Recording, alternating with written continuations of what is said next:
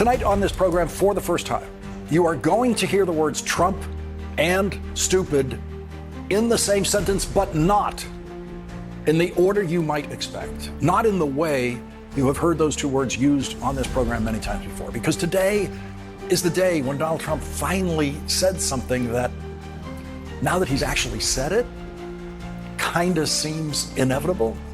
It is an historic turn for Donald Trump.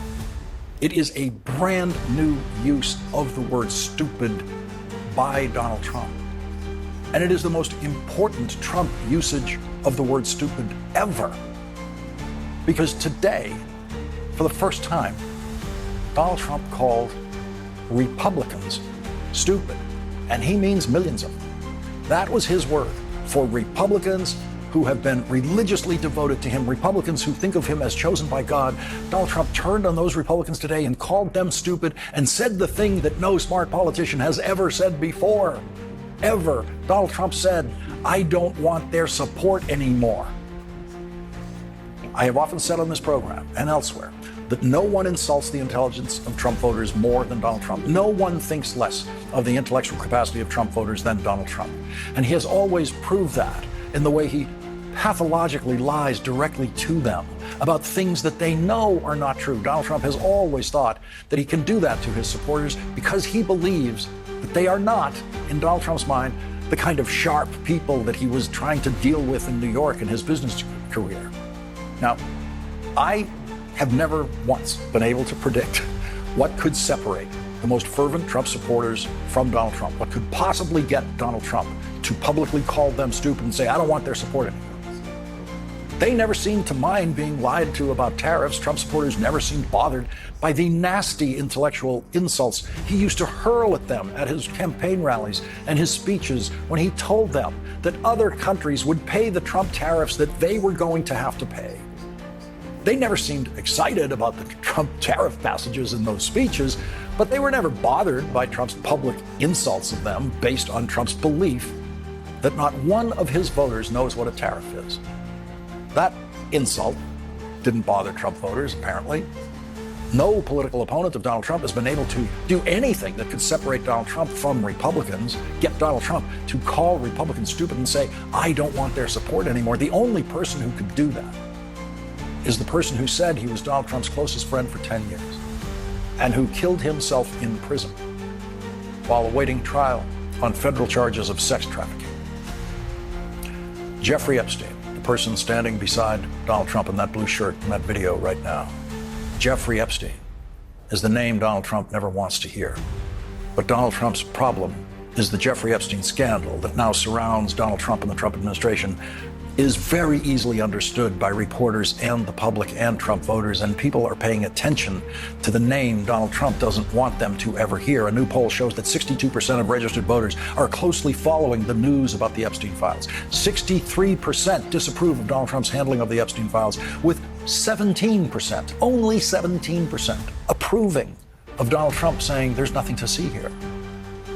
No one causes more problems for Donald Trump than Donald Trump, and so Donald Trump's first solution to his Epstein problem was to try to change the subject with new tariff announcements every day or utter absurdities that are very simple and easy to understand that Donald Trump would say if he believed that Republicans' attention could be diverted because, as Donald Trump said today, they are stupid. That's his belief. And on the belief that they are stupid, last week, Donald Trump went back to a long-held target of his, Rosie O'Donnell, saying in a social media post, "I am giving serious consideration to taking away her citizenship."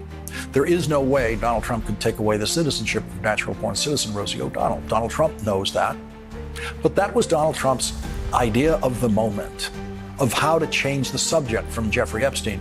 It obviously failed spectacularly.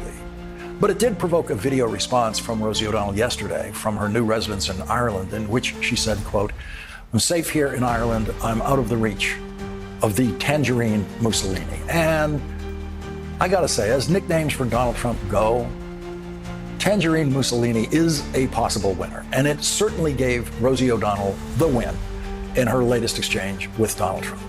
It will be interesting to see what nicknames the Republicans who Donald Trump calls stupid today will come up with to compete with Tangerine Mussolini. Donald Trump failed to distract attention from Donald Trump and his attorney general's refusal to release the federal investigative files in the Jeffrey Epstein case, or any files in that case, the files that were on the desk of the attorney general just days ago, according to the attorney general's public comments. And this morning, the pressure got to Donald Trump. And so he did the worst thing he could possibly do in the middle of a scandal that he was hoping would disappear. He wrote a long social media post about the scandal, about the Epstein files. Donald Trump gave the story much more fuel today, and he kept doing it all day, which is exactly the opposite of what a smart person would do in Donald Trump's position. And once again, Donald Trump distinguished himself as the vulgarian that he is in the presidency by using profanity in his written public posting, and for some reason putting the profane word in quotation marks in that weird way Donald Trump randomly and incorrectly uses quotation marks. And I mention that because if any other president had ever used that word in writing in public or verbally in public, the news media would rightfully explode over the use of that word and the collapse of presidential propriety. But this is the Trump era, and every standard of decency and accountability has been lowered for Donald Trump and for Donald Trump alone. Donald Trump, in his long post this morning, blamed the scandal about the Epstein files, of course, on the Democrats, saying, quote, their new scam is what we will forever call the Jeffrey Epstein hoax, and my past supporters have brought into this bullcrap, I'll call it, hook, line, and sinker. They haven't learned their lesson and probably never will, even after being conned by the lunatic.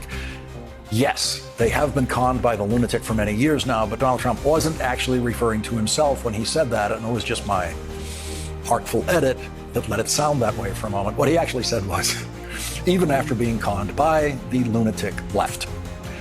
Donald Trump ended that social media rant against Republicans, saying, all these people want to talk about, with strong prodding by the fake news and the success-starved Dems, is the Jeffrey Epstein hoax. Let these weaklings continue forward and do the Democrats' work. Don't even think about talking of our incredible and unprecedented success, because I don't want their support anymore.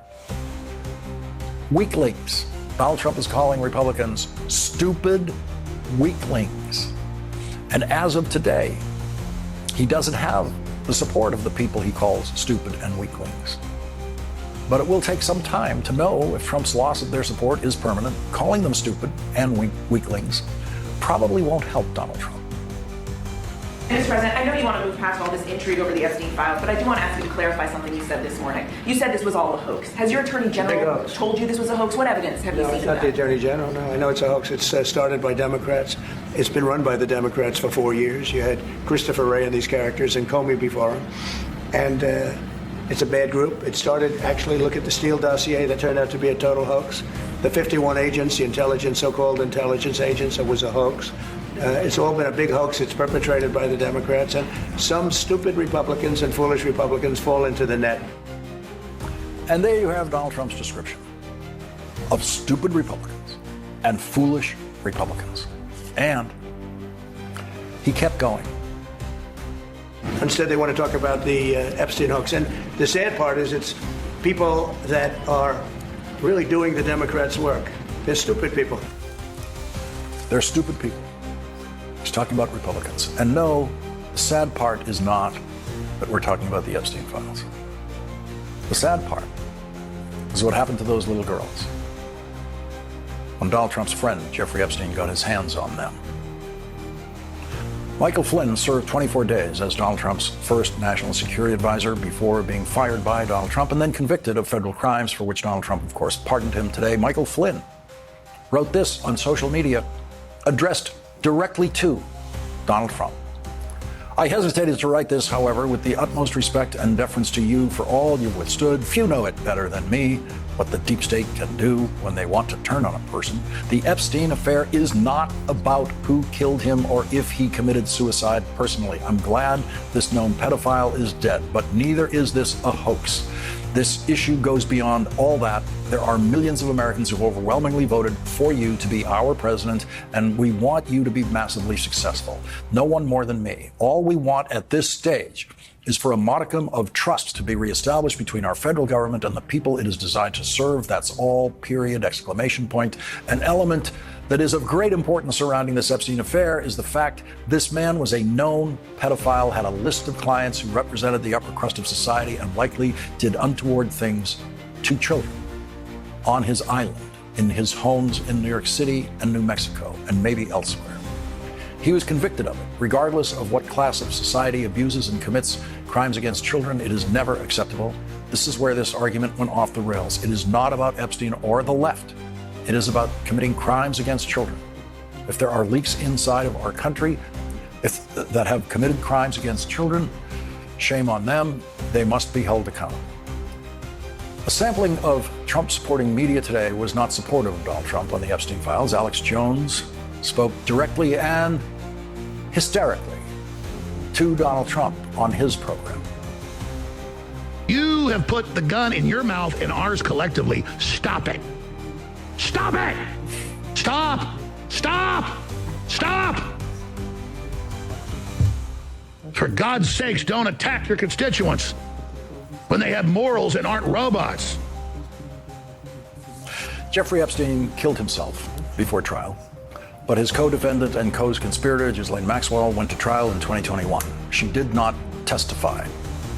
The prosecution called 24 witnesses over 10 days of testimony, including 4 of Jeffrey Epstein and Ghislaine Maxwell's victims. At the time, the Associated Press reported, quote, "The first 3 women testified as Jane, Kate, and Carolyn. First names are pseudonyms intended to protect their privacy. The last was Annie Farmer, who took the witness stand using her real name.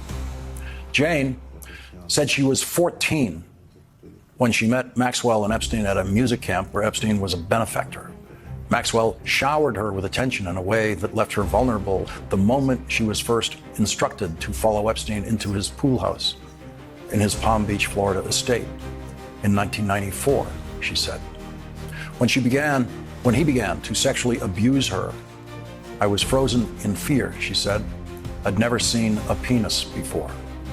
Prosecutors wanted evidence that Maxwell was a direct participant. Jane gave it to them by claiming Maxwell and Epstein fondled her together. When a prosecutor asked her why, as the defense pointed out, she didn't initially reveal everything about her experiences with Epstein in initial interviews with law enforcement. She said, fighting back tears because it was too difficult emotionally, too difficult on every level. 14 years old. That's what Donald Trump and his attorney general are hiding. 14 years old.